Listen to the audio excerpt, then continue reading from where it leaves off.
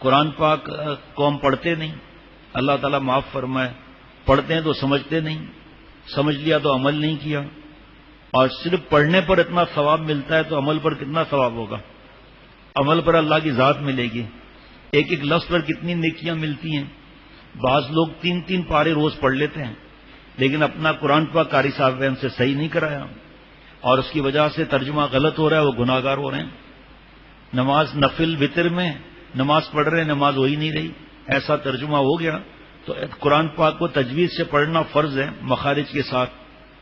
جیسے قلب، بڑے قاف سے قلب کہا تو اس کا مطلب دل، اگر کہا قلب اس کا مطلب کتا۔ قل اعوذ برب الناس آپ فرما دیجئے، اور اگر تجوید نہیں سیکھی اور کہا کل اس کا مطلب کھاؤ، ترجمہ غلط ہو گیا۔ اللہ تعالیٰ فرماتے ہیں الا بذکر اللہ تطمئن القلوب، صرف اللہ ہی کی یاد سے دلوں کو چین ملتا ہے۔ اگر قاف کی ادائیگی صحیح نہیں ہوئی تو آپ سوچ لو ترجمہ کیا ہوگا اور گناہ کتنا ہوگا۔ صرف اللہ ہی کی یاد سے دلوں کو چین ملتا ہے، اور اس نے قاف کی اصلاح نہیں کرائی، اپنی تجوید صحیح نہیں کی، تو ترجمہ کتے کا ہو جائے گا۔ اب میں آگے بول نہیں سکتا کہ ترجمہ کتنا فرق پڑ جائے گا۔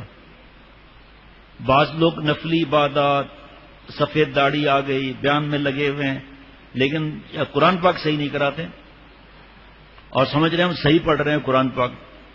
اور قرآن پاک کی عظمتوں کو حضرت پیارے شیخ فرماتے تھے کہ جب تلاوت کرو تو دل میں یہ سوچا کرو کہ اس سے دل زنگ دور ہوگا، دل کا زنگ دور ہوگا، اور یہ سوچو اللہ سے باتیں کرنا ہے، اور یہ سوچو اللہ مجھ سے فرما رہے ہیں کہ مجھے قرآن پاک سنا، میں دیکھتا ہوں تو کیسا پڑھتا ہے، دیکھتا ہوں کیسا پڑھتا ہے۔ اچھی خاصی تعداد میں لوگ، حالانکہ حضرت حکیم الامت حضرت تھانوی رحمۃ اللہ علیہ فرماتے ہیں اگر روزانہ 20 منٹ کسی قاری صاحب سے اپنا قرآن پاک ٹھیک کرا لے تو 2 مہینے میں اس کا قرآن پاک ایسا ہو جائے گا کہ اس کی نمازیں اور اس کی جو جتنی تلاوت کہی ہے قاری صاحب نے وہ صحیح ہو جائے گی، اس کی دعائیں صحیح ہو جائیں گی۔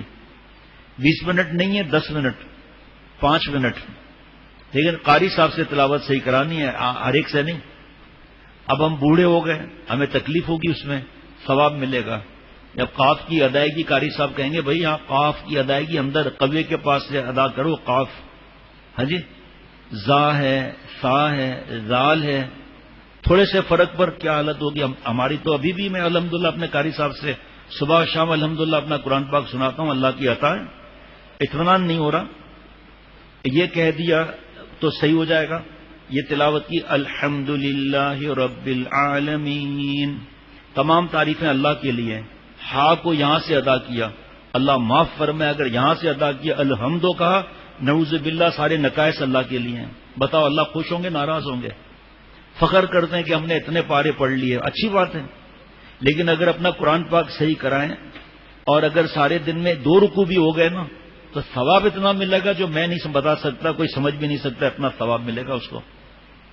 اب ہمارے خاندان میں حضرت والا کے اس غلام کے لیے تھا، ہمارے خاندان میں، کہ میرا قرآن پاک ماشاءاللہ الحمدللہ اچھا قرآن پاک ہے۔ اللہ تعالیٰ نے 1991 میں 35 سال کی عمر میں حضرت والا سے جوڑا، ابھی بھی ایک حالات ایسے ہی ہیں، اللہ حفاظت فرمائے۔ ہم بھی خوش تھے کہ میرا قرآن پاک سب سے اچھا ہے الحمدللہ۔ وہاں تو یہ سختی تھی کہ بھئی اپنا قرآن پاک صحیح کراؤ کسی قاری صاحب سے۔ جب قاری صاحب سے قرآن پاک صحیح کرایا تو قاری صاحب نے فرمایا کہ فی الحال تو تلاوت نہیں کر سکتے۔ میں نے کہا جی ہاں، نورانی قاعدے سے شروع کرو۔ 1 مہینہ پہلے اس بڑھاپے میں نورانی قاعدہ قاری صاحب نے کہا بس اب ٹھیک ہے۔ 1 مہینہ پہلے، رمضان سے چند دن پہلے انہوں نے کہا کہ بھئی اب صحیح، اب آگے چلنا ہے، نورانی قاعدہ ابھی نہیں پڑھنا ہے۔ آج ہم نے اس کو سمجھا ہے آسان، آگے سنیے آپ۔ جب قاری صاحب نے قرآن پاک ٹھیک کرایا تو 2.5 مہینے اس پر صحیح کرنے پر لگے، ابھی بھی کیا صحیح ہے، ذرا سا دھیان نہ ہو غلطی ہو جاتی ہے۔ یعنی کہ 2.5 مہینے اس پر صحیح کرنے پر لگے ہیں۔ اعوذ باللہ من الشیطان الرجیم، بسم اللہ الرحمن الرحیم، 2.5 مہینے۔ آج بھی قاری صاحب سنتے ہیں تو ذرا دھیان ادھر جائے، دوبارہ پڑھو اس کو، کہیں زیر کی غلطی آ رہی دیکھ کر۔ ابھی اس دن قاری صاحب قرآن پاک سن رہے تھے تو مولوی فرحان جنہوں نے تراویحاں سنائی، بیٹا حضرت کا غلام زادہ، عالم بھی ہے، مفتی بھی ہے، مفتیوں کو 1 گھنٹہ پڑھاتے بھی ہیں، اور پوتا حافظ عبد الرحمان وہ بھی بیٹھے ہوئے تھے دونوں، ایک اور حافظ بیٹھا ہوا تھا. تو میری غلطی 3-4 جگہ آئی. میں پڑھ رہا تھا، قاری صاحب نے صحیح کرایا. تو میں نے کہا بیٹا دیکھو پوتا صاحب، بیٹا صاحب، آپ کتنے خوش نصیب ہیں کہ آپ نے تراویحیں سنائی ہیں بغیر دیکھے ہوئے. ایک آدھ غلطی آئی ہے آپ لوگوں کو، کبھی 2 غلطیاں آ گئیں، اور آپ نے پورا پارا شروع دنوں میں سوا پارا اور پھر بعد میں آپ نے 1 پارا پڑھا ہے. تو آپ خود فیصلہ کر لو کہ آپ نے بغیر دیکھے پڑھا ہے. اللہ نے آپ پر کتنی مہربانی فرمائی. اور ہم دیکھ کے پڑھ رہے ہیں، غلطیاں ہو رہی ہیں. اب جب دیکھ کے پڑھ رہے ہیں غلطیاں ہو رہی ہیں تو نمازوں کے اندر پھر کیا حال ہوگا آپ سوچو. یہاں تو ٹوکنے والا ہے نا. التحیات اپنی میں نے صحیح کروائی، ابھی بھی صحیح کرا رہا ہوں. درود شریف، درود ابراہیمی، اس کے بارے میں کچھ پتہ نہیں، بعد میں پھر پچھتانا پڑے گا. اپنا قرآن پاک یہاں الحمدللہ مغرب کے بعد ہلکا لگتا ہے قرآن پاک صحیح کرانے کا، کوئی فیس بھی نہیں لی جاتی. یا آپ جس علاقے میں آپ کا گھر ہے وہاں کسی سے آپ صحیح کروا لیں قرآن پاک، کوئی منع نہیں ہے. لیکن شرط وہ یہ کہ قاری صاحب ہو. ہمارے بابا 92 برس کی عمر میں اللہ کے پاس گئے، 4-5 جوان قاریوں سے بابا نے قرآن پاک سنایا ہے، کیونکہ ہم گاؤں کے لوگ ہیں. بڑھاپے میں ایک گواہ نہیں ہے، کئی گواہ یہاں بیٹھے ہوئے ہیں جنہوں نے بابا کو پڑھایا بھی اور بابا کا سنا بھی، بابا کو دیکھا بھی. شرم نہیں کی حضرت والا کے جملے پڑھ کے، شرم نہیں کرنا. شرم کی حقیقت کیا ہے؟ ملا علی قاری رحمۃ اللہ علیہ مشکات کی شرح مرکات میں فرماتے ہیں فإن حقیقت الحیا ان مولا کا لا یرا کا حیث نہا کا. اصلی حیا یہ ہے کہ ہمارا پالنے والا ہمیں کمینے پن میں، گناہوں میں، یوٹیوب میں، فیس بک میں، فلموں میں، گندی فلموں میں، بدتمیزی میں، گندے اخلاق میں اللہ ہمیں نہ دیکھے. یہ حیا، یہ کون سی حیا ہے؟ ایک بوڑھے شخص نے حضرت والا سے عرض کیا کہ میں بڈھا طوطا ہو گیا ہوں، اس عمر میں کیا اپنا قرآن پاک ٹھیک کراؤں.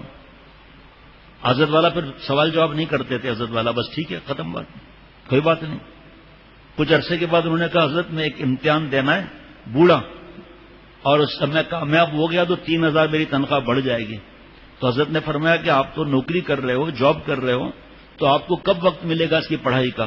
کہ حضرت وہ پیسے بڑھنے، راتوں کو پڑھوں گا. اب حضرت نے فرمایا وہ دن یاد ہے جو آپ نے کہا تھا میں بوڑھا طوطا ہوں، اپنے قرآن پاک کو کیا ٹھیک کراؤں. چند ٹکوں کے لیے آپ کو دنیا کی پڑھائی کرنی آ گئی اور اللہ کے لیے آپ نے قرآن پاک ٹھیک نہیں کرایا اپنا. فرمایا سوچو ہم کیا بول کیا رہے ہیں. ہم 3000 روپے، اس وقت تو 3000 کی بڑی قیمت تھی، لیکن بہرحال 3000 روپے ہوں یا 10,000 ہوں یا 50,000 ہوں، اور قرآن پاک صحیح کرنے کی فکر نہیں. ایسا بیٹوں کو پڑھاتے ہیں، بیٹیوں کو پڑھاتے ہیں، ان کو نماز پڑھنے کا طریقہ آتا ہے، استنجا کا طریقہ آتا ہے، قرآن پاک ان کا صحیح ہے. انگریزی ایسی بولیں گے انگریز شرم آ جائے. حالانکہ کوئی زبان سیکھنا منع نہیں ہے، بلکہ کسی زبان سے نفرت کرنا گناہ ہے، جس کا بھی تفصیل کا موقع نہیں. لیکن کبھی ان کی قرآن پاک کی فکر نہیں ہوگی. اب اسکول الگ پڑھیں گے، کوچنگ سینٹر الگ جائیں گے، اور وہ کیا بولتے ہیں ٹیوشن الگ لیں گے. قاری صاحب کو دیں گے 250 روپے اور اس کو ایک سبجیکٹ کے دیں گے 5,000 روپے. قاری صاحب دروازے پر کھڑے تڑپ رہے ہوں گے گرمی میں، اور یہ اسکول کا ٹیچر آئے گا تو خود باہر کھڑے ہوں گے. کہیں گھومنے جائیں گے، ٹیچر کو بتا کر جائیں گے قاری صاحب گرمی میں بیٹھے آواز دے رہے ہیں. پڑوسی آ کر کہتا ہے بھائی وہ تو چلے گئے کام سے، وہ تو گھومنے چلے گئے. پھر قرآن پاک کیسا آئے گا؟ پھر دیکھو آپ ذرا ہمارے پاس اللہ تعالیٰ دین کی سمجھ دے تو کام بنتا ہے، ورنہ تو مشکل ہو جاتا ہے. حضرت حکیم الامت حضرت تھانوی رحمۃ اللہ علیہ فرماتے ہیں کہ قرآن پاک کا پڑھنا بغیر اس کے کہ استاد سے سیکھیں، اس سے پڑھیں ہو ہی نہیں سکتا اس کے بغیر، کیونکہ اس کا واسطہ صرف یہی ایک ہے، اور سیکھنا بھی ضروری ہے. دیکھیے آپ باورچی کو حکم دے کے کھانا پکا تو اس کا مطلب صرف یہی نہیں ہے کہ ہانڈی چولہے پر رنگ کر آنچ دے دے، بلکہ مطلب یہ ہے کہ بازار سے گوشت لا، مسالہ لا، اناج لا، پکانے کے برتن جمع کر، آگ جلا، تب ہانڈی کو آنچ دیں. چنانچہ جب کھانا پکانے کا آپ حکم دے دیں اور جس کو حکم دیا وہ ان کاموں کے کرنے میں لگ جائے، تو جب تک وہ ان کاموں میں لگا رہے گا یہی سمجھا جاتا ہے کہ وہ پکانے ہی کے حکم کو پورا کر رہا ہے. اگر اناج مثلا نہ ہو اور بیٹھا رہے اور کھانے کھلانے کے وقت یہ عذر کرے کہ حضور مجھے صرف پکانے کا حکم دیا تھا، یہ نہیں کہا تھا کہ سبزی لاؤ، گوشت لاؤ، گھی لاؤ، پیاز لاؤ، ٹماٹر لاؤ، پھر میں کھانا کیسے پکاتا، تو آپ اس کا یہ عذر قبول کریں گے؟ بھائی سب دوستوں بتاؤ، یہ عذر قبول کریں گے؟ حضرت حکیم الامت مجدد ملت حضرت تھانوی رحمۃ اللہ علیہ فرماتے ہرگز قبول نہیں کریں گے، ڈانٹ لگائیں گے، نوکری سے نکال دیں گے، کیونکہ کھانا پکانے کے لیے جب کہا گیا تو پھر اس کا فرض ہے کہ ان چیزوں کو دیکھیں، یہ سب کام کرنے کھانے پکانے میں ہی داخل ہیں۔ اسی قاعدے کے موافق جب اللہ قرآن پاک پڑھنے کا حکم دے رہے ہیں، قرآن پاک کا پڑھنا ایک ضروری چیز ٹھہرا تو اس کا استاذ اور اس کا سیکھنا بھی ایسا ہی ضروری ہوا۔ کاش کے بات پہلے میرے دل میں ہی اتر جائے کہ ہم تو رمضان میں تلاوت کر رہے ہیں لیکن ہمیں یہ پتہ نہیں کہ اللہ کے پاس قبول ہے یا نہیں۔ پورے رمضان میں جو پڑھا کچھ تھوڑا میں نے خود پڑھا، باقی قاری صاحبان صبح شام سنتے تھے 3 مرتبہ۔ میں اب آپ کو بتا نہیں سکتا کہ ذرا سا ہوتا ہے نا کہ میرا قرآن پاک ختم ہو جائے، یہ تو ہوتا ہے نا انسان کے دل میں، تو تھوڑا سا اسپیڈ بڑھی، ہاں دوبارہ پڑھ رہے ہیں، پھر ایک ہی دن میں 3 مرتبہ دوبارہ پھر میں شروع کرتا آہستہ پڑھنا، اس میں بھی غلطی۔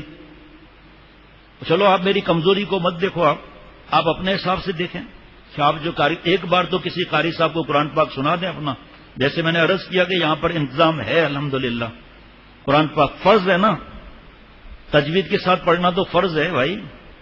کیا آپ اگر جمال القرآن دیکھیں گے نا تو جب دیکھیں گے تو پسینے چھوٹ جائیں گے، جب پڑھنا شروع کریں گے تو ایمان تازہ ہوتا جائے گا۔ ارے ان دانتوں کا حکم الگ ہے، فا کا ادائیگی کہاں سے ہے، با کی ادائیگی کیسے ہے، واؤ کیسے بولنا پڑے گا، فا کیسے ادا کرنا پڑے گا، غات کی ادائیگی کیسے ہوگی، یہ زبان کی جو جڑ ہے الٹے ہاتھ کی بائیں طرف وہ اوپر داڑوں میں لگانا ہے جب زواد ادا ہوگا، ورنہ دواد ادا ہوگا، دواد تو ہے ہی نہیں قرآن پاک میں، یہ ترجیح ہی نہیں ہے اس کی، وہ زواد لکھا ہوا ہے، دال کہاں لکھی ہوئی ہے، یہاں دال اپنی جگہ پر لکھی ہوئی ہے، کہ کہتے ہیں کیا فرق پڑتا ہے فلانا آدمی ولد دوالین پڑھتا ہے، تو بس خاموش ہو، پھر بحث مت کرو، دال لکھا کہاں ہوا یہ تو بتاؤ، غیر المغضوب علیہم ولا الضالین، دال لکھا ہوا کہاں ہے؟ اب اسی بحثوں میں لڑتے رہتے ہیں۔ ایک آدمی اسی طرح لڑنے والا حکیم صاحب کے پاس گیا، کہا بھائی جان مجھے مرد لگ گیا ہے، تو انہوں نے کہا بھائی پولیس میں جاؤ، آپ کے پیچھے جب مرد لگا ہے تو پولیس میں جاؤ۔ کہا نہیں مجھے بتاؤ، آپ کے پاس آیا ہوں۔ کہا میں کیا کر سکتا ہوں حکیم بیچارہ، آپ کا فرض ہے جب آپ کے پیچھے مرد لگ گیا ہے تو آپ جو ہے ڈاکٹر کے پاس جاؤ، FIR کٹواؤ، پولیس میں جاؤ، ڈاکٹر کے پاس کیا لینے آئے ہو؟ کہا ڈاکٹر صاحب مجھے مرد لگ گیا ہے پیچھے۔ ابے بھائی تو وہاں جا نا، کسی نے کہا یہ کہہ رہا ہے مرض لگ گیا ہے، یہاں دال ادا کرو۔ یہاں حضرت شاہ ابرار صاحب رحمۃ اللہ علیہ، اتنا قرآن پاک میں سختی تھی وہاں، میرے دادا شیخ، او ہو، جہاں کوئی ملا تھا کہ حضرت یہ حافظ قرآن ہے، یہ عالم ہے، چلو یہ آیت سناؤ، یہ سورت سناؤ۔ ایک سورہ فاتحہ میں 26 غلطیاں نکالتے تھے حضرت، جس میں چند غلطیاں ایسی ہیں ترجمہ غلط۔ ایاک نعبد و ایاک نستعین، تعین کہاں ہے بھائی؟ مستقیم کہاں ہے؟ دیکھو پوری کتاب ہے کہ کہاں کا غلطیاں کیسی کیسی ہوتی ہیں اور ترجمے کیسے غلط ہو جاتے ہیں۔ لفٹ کے پاس آئے تو حضرت شاہ ابرار صاحب نے فرمایا بھائی لفٹ کو جلدی نیچے لاؤ، تو حضرت معافی چاہتے ہیں لفٹ نہیں ہے لفٹ ہے۔ پر مجھے بھی پتا ہے لفٹ ہے، میں نے جان بوجھ کے لفٹ کہا۔ آپ بے چین ہو گئے انگریزوں کی بولی کے اوپر، اور قرآن پاک کو جس طرح چاہیں پڑھیں۔ کبھی کبھی فرما دیتے میری گنتی صحیح کرو، 1 2 3 کا حضرت وہ آپ نے خود فرمایا، اس لیے کہہ رہا ہوں 2 نہیں ہے 2 ہے، وہیں پکڑ لیتے تھے محبت سے۔ دیکھو بھائی وہ یہودی اور نصارہ کا تھوکا ہوا ہم چاٹ رہے ہیں، ہم فوراً ٹوک رہے ہیں، ہمیں برا لگ رہا ہے، تو اللہ کا کلام جب ہم غلط پڑھیں گے اللہ کو ناراضگی نہیں ہوگی؟ ایک مخلوق کے کلام کی اتنی فکر چڑھی ہوئی ہے، تو کلام کیا ہے؟ ان کے الفاظ ہیں 1 2 3، حالانکہ سمجھ بھی رہا ہے کہ یہ 2 کہہ رہا ہے، پھر بھی کہہ رہا ہے نہیں 2 کہیں آپ۔ اب جائز گاڑی کی ریس ہوئی، جائز ریس ہوتی نہیں ہے جائز، اور جائز بھی نہیں ہے ریس لگانا۔ مثال کہ جو فلاں پوائنٹ پر پہنچ جائے گا اس کو 50,000 انعام ملے گا۔ 1 2 3 گاڑیاں نکلی تیزی کے ساتھ، ایک گاڑی والے نے ایکسیلیٹر دبایا، سگنل پر رکا ہی نہیں، آگے نکل گیا، ادھر ٹکر ماری ادھر ٹکر ماری، فٹ پاتھ سے ٹکرایا، وہ ٹھیلے والے کو مارا، پہنچ گیا۔ حضرت شاہ ابرار صاحب فرماتے ہاں بھائی بتاؤ بھائیو، انعام ملے گا یا سزا؟ سزا ملے گی۔ کہاں رکنا ہے قرآن پاک میں؟ یہ جیم جہاں آتا ہے وہاں رکنا ہی نہیں رکنا، طوا پر رکنا ہے نہیں رکنا، وقف پر کیا، سکتے پر کیا، زا پر کیا پڑھتے چلے جاؤ بس. اب دیکھیے آپ سنیے غور سے بات, قرآن پاک کی بات کتنی بڑی ہے. دنیا کی بات سنیں آپ, اٹھو مت بیٹھو, کہتے ہیں وقف کی کیا ضرورت ہے. کسی نے کہہ دیا اٹھو مت بیٹھو, ترجمہ غلط ہوا صحیح ہوا؟ غلط ہو گیا. مخلوق کی بات ہے یہ. بھائی ہمارے دوست کو گوبھی بہت پسند ہے, کیا ماشاء اللہ, یہ دونوں دوست کہیں گئے کہ کیا پکائیں, کہ ہمارے دوست کو گو بھی پسند ہے. کیا پکانے کی بات کرتے ہو, اٹھا کے ماروں گا, کیسے بدتمیز ہو تم. یہ سمجھ میں آ جاتا ہے. مطلب یہ سمجھ میں نہیں آتا کہ قرآن پاک میں کہاں رکنا ہے کہیں نہیں رکنا ہے. تراویاں بھی وہاں پڑھیں گے, پتہ نہیں اس بار تو ایسی تراویاں ہوئی ہیں نہیں ہوئی گراؤنڈ میں, مجھے نہیں پتا, جہاں کچھ سمجھ میں ہی نہیں آتا کیا ہو رہا ہے. بس اتنا سمجھ میں آتا ہے تعلمون, پھر یعلمون, یہ سمجھ میں آتا ہے. کون لقمہ دے گا اس کو بھائی؟ لقمہ کہاں سے وہ لے گا؟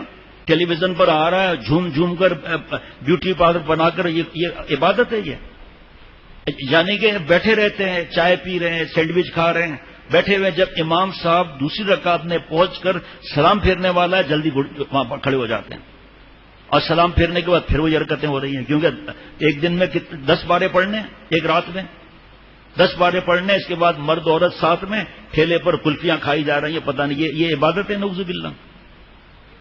جتنا قرآن پاک میں بارے میں بیان ہو کم ہے, نہیں ہم بیان کر سکتے. حضرت اسید رضی اللہ تعالیٰ عنہ, ان کی آواز اتنی پیاری تھی کہ صحابہ رضوان اللہ علیہم اجمعین حریص ہوتے تھے ان کا قرآن پاک سننے کے لیے. وہ چاہتے تھے کہ خاموشی ہو, آسمان صاف, اور یہ سب حالات. قرآن پاک پڑھنے کا کیا مزہ. ایک دن ایسے حالات تھے, روز پڑھتے تھے, لیکن کچھ حالات ہوتے ہیں جب وہ الگ بات ہوتی ہے وہاں. اور ہمارا کیا ہے, قرآن پاک پڑھ رہے ہیں. السلام علیکم بھائی, ایک منٹ, ہاں ٹھیک ہے, آپ تھوڑی دیر بعد فون کرنا. قرآن موبائل سامنے رکھا ہوا ہے, میسج کھول کے اللہ سے باتیں ہو رہی ہیں, پرائم منسٹر سے باتیں ہو رہی ہیں, بیچ میں کر دیکھو بادشاہوں کو بادشاہت کی بھیک دینے والا اللہ تعالیٰ, ان سے باتیں ہو رہی ہیں. اور جو ضروری فون ہو تو قرآن پاک کھلا ہوا, باتیں ہی کرتے جائیں گے. کہاں رکنا تھا, کیا ضروری کام ہے بھائی؟ اس سے پہلے ضروری کام نہیں ہوتے تھے کیا؟ اس وجہ سے میں سکون نہیں ملتا, اس وجہ سے میں چین نہیں ملتا. ہم گناہوں میں ڈوبے ہوئے ہیں. گناہ گر گرفتار صفات بدشدی, ہم چوں دوزخ عذاب سرمدی.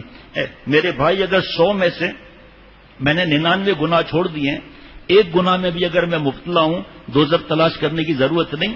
میری ذات پھر خود دوزخ ہوگی, میری ذات خود دوزخ ہوگی. زبان ایک سیکھتے ہیں, منع نہیں, اور قرآن پاک کی فکر نہیں ہے کہ اللہ تعالیٰ, یہ قرآن پاک اللہ تعالیٰ سے شکایت نہیں کرے گا. اللہ طاقوں میں بند کر کے رکھ دیا تھا, مٹی لگتی تھی, کھول کر کبھی دیکھا نہیں. تو حضرت اسید رضی اللہ تعالیٰ عنہ قرآن پاک پڑھ رہے تھے, تو گھوڑا ساتھ بندھا ہوا تھا, بچہ باہر سو رہا تھا. تو کیا قرآن پاک پڑھتے تھے, بتا رہا ہوں نا, صحابہ رضوان اللہ علیہم اجمعین جمع ہو جاتے تھے. جیسے ہی قرآن پاک شروع کیا, الف لام میم ذالک الکتاب لا ریب فیہ, گھوڑا اچھلنے لگا. یہ رک گئے, گھوڑا رک گیا. 5-6 مرتبہ اس طرح ہوا. یہ پریشان ہو گئے کہ ایسا نہیں گھوڑا رسی توڑا دے اور بچہ زخمی ہو جائے. باہر جب تشریف لائے بچے کی طرف, تو آسمان پہ نظر پڑ گئی, کھلے ہوتے تھے گھر, تو دیکھا کہ ایک چھتری نما, ایک بڑی عجیب و غریب خوبصورت کوئی چیز ہے, اور نیچے عجیب عجیب چیزیں لٹکی ہوئی ہیں روشنی والی. وہ چھتری نیچے آتی ہوئی جا رہی ہے. ہوتے ہوتے پھر چھتری غائب ہو گئی. انہوں نے پھر سب کر کے آپ صلی اللہ علیہ وسلم کی خدمت اقدس میں حاضر ہوئے اور عرض کیا کہ رات کو ایسا معاملہ ہوا تھا. فرمایا کہ اے صحابی, تمہارا قرآن پاک سننے کے لیے فرشتے آ رہے تھے. اگر اور تلاوت ہوتی تو لوگ فرشتوں کو دیکھ بھی لیتے. ہم تو ان جیسی نقل نہیں کر سکتے بھائی, لیکن کچھ تو نقل ہو سکتی ہے نا, کہ جس طرح اللہ نے فرمایا, جس طرح آپ صلی اللہ علیہ وسلم نے تلاوت کی, وہ ہوتے آج ہمارے قاری صاحبان ویسے ہی ہمیں سکھا رہے ہیں کہ کاف کیسے ادا ہوگا. آپ صلی اللہ علیہ وسلم نے صحابہ رضوان اللہ علیہم اجمعین کو سکھایا. با کی ادائیگی کیسے ہوگی, یہ تو آسان ہے, الف با تا تا. جیم کی ادائیگی کہاں سے ہوگی, ہا, یہ کہاں سے, خا, غین. یہ سب کتاب آپ دیکھیں گے نا, ان دانتوں کے مخرج الگ ہے, ان دانتوں کا مخرج الگ ہے, داڑھوں کا مخرج الگ ہے. ہمیں پڑھتے ہی چلے جا رہے ہیں. کسی شاعر کا کلام آپ پڑھ لو نا ایسے ہی تو چیخنے لگے گا, وہ کیا مصیبت ہے, آپ ہٹاؤ, صحیح پڑھنا نہیں آتا. اور اللہ تعالیٰ کی بات ہے. فرمایا کہ تو اسی قاعدے کے موافق قرآن پاک کا پڑھنا ایک ضروری چیز ٹھہرا، تو اس کا سیکھنا اور استاد سے پڑھنا بھی ایسا ضروری ہوا، اس لیے کہ بغیر قاری کے پڑھنا آ ہی نہیں سکتا۔ جو خوبی پڑھنے کی ہوگی وہی سیکھنے کی ہوگی، جس قدر ضرورت پڑھنے کی ہوگی اسی قدر سیکھنے کی بھی ہوگی۔ غرض قرآن شریف کا کسی استاد سے پڑھنا ضروری ہوا۔ دیکھیے حق تعالیٰ نے صرف پڑھنے کا حکم نہیں فرمایا، بلکہ اللہ تعالیٰ نے اچھی طرح پڑھنے کا حکم فرمایا ہے، اور اس میں بڑا فرق ہے۔ مثلا ایک تو یوں کہیں کہ یہ کام کر لاؤ، اور ایک یوں کہیں کہ دیکھو بھائی ذرا اچھی طرح سنبھل کر اس کام کا کرنا۔ تو دوسرے لفظ کا مطلب یہ ہوتا ہے کہ صرف کام کرنے سے تم اس کے حکم پورا کرنے والے نہیں سمجھے جاؤ گے، جب تک خوب اچھی طرح نہ کر لو تو کام کرنے کی زیادہ تاکید ہو جاتی ہے۔ اس لیے قرآن شریف کے پڑھنے کی زیادہ تاکید ہو گئی، پھر تاکید ہو جانے سے سیکھنے کی بھی تاکید ہو گئی، کیونکہ پڑھنا سیکھنے پر موقوف ہے۔ اچھا پڑھنا ہے نا، وہ سیکھنے پر موقوف ہے۔ بس ہاؤس جاب کیوں کرتے ہیں بھائی؟ وہاں بھی کہتے ہیں کہ آپ پاگل ہیں، یہ کون سا قانون ہے کہ جب میں نے MBBS کر لیا اب آپ پیچھے پڑیں کہ ہاؤس جاب کر لو؟ ہاؤس جاب کے بعد یہ کیا طریقہ ہے میں کسی سرجن کے ساتھ جوائنٹ ہو جاؤں؟ نہیں جوائنٹ ہو جاؤ، پھر دیکھتا ہوں کیسے آپریشن کرنے آپ کو کوئی قریب دیتا ہے یا نہیں دیتا۔ بس اتنا سیکھنا کافی نہ ہوگا جس سے قرآن شریف پڑھ تو سکیں لیکن اچھی طرح نہ پڑھ سکیں۔ ذرا غور کرو، قرآن پاک کلام بھی سب بادشاہوں کے بادشاہ کا ہے، بلکہ قرآن پاک کی صرف یہی خوبی ایسی ہے جس کی وجہ سے حقیر بندوں کو اس کا پڑھنا نصیب بھی ہوتا کہاں۔ اللہ پاک کا کلام اور ہم بے قدرے بندے، بس اللہ پاک کا کلام پڑھنا تو ایسا ہے جیسے اللہ پاک سے باتیں کر لیں۔ بڑا طویل مضمون ہے، پھر دوسرا مضمون نہ رہ جائے۔ پھر ہم اس لائق کیسے ہو سکتے ہیں کہ ان سے اللہ سے کلام کر سکیں، بات کر سکیں؟